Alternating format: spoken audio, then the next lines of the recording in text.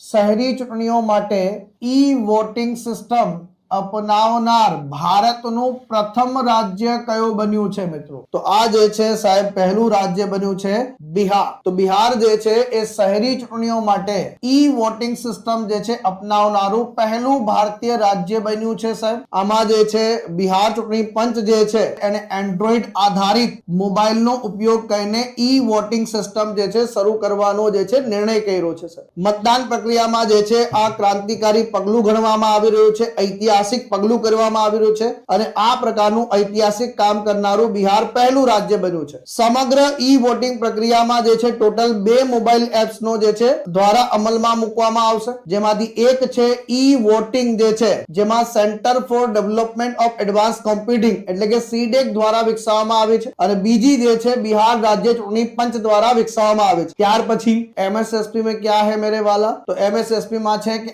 Estonia આ એકમાત્ર European દેશ છે ભાઈ. એસ્ટોનિયા નામનો એક દેશ છે સાહેબ, જે યુરોપિયન યુનિયનનો દેશ છે સાહેબ. એ રાષ્ટ્ર આખા દેશમાં જે છે ઓનલાઈન વોટિંગ પ્રોસેસ છે સાહેબ. એનો 2005 માં રજૂ કરવામાં આવ્યું હતું. એસ્ટોનિયા દેશનો નાગરિક ગમે તે દુનિયામાં ગમે તે ખૂણામાં હોય સાહેબ, ત્યાં જે છે ઓનલાઈન મત આપી શકે છે. ડિજિટલ આઈડી કાર્ડ અને મજબૂત સાયબર સુરક્ષા પગલાનો ઉપયોગ કરે છે. મતદાન બંધ થાય તે પહેલા મતદારો ઘણી વખતે મતદાન કરી શકે છે સાહેબ. એટલે ઘણી પહેલા બીજેપી ને આપ્યો, કોંગ્રેસ ને આપ્યો, બીજેપી ને આપ્યો, કોંગ્રેસ ને આપ્યો, બીજેપી ને, કોંગ્રેસ ને, પછી છેલ્લો જે મત હશે એને જે છે કાઉન્ટ કરવામાં આવશે. તો એ પણ ધ્યાન રાખી લેજો.